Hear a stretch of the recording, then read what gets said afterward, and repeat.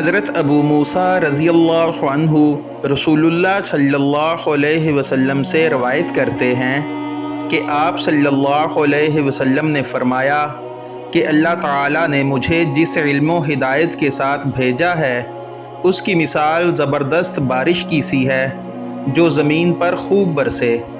बाज़ ज़मीन जो साफ़ होती है वो पानी को पी लेती है और बहुत ज़्यादा सब्ज़ा और घास उगाती है, और बाज़ ज़मीन जो सख्त होती है वो पानी को रोक लेती है। उससे अल्लाह ताला लोगों को फ़ायदा पहुँचाता है, वो इससे सैराब होते हैं और सैराब करते हैं। और कुछ ज़मीन के बाज़ खित्तों पर पानी पड़ता है जो बिल्कुल चटियल मैदान होते हैं, ना पानी रोकते हैं और ना ही सब्ज़ा लगाते हैं। तो ये उस शख्स की मिसाल है जो दीन में समझ पैदा करे और नफ़ा दे।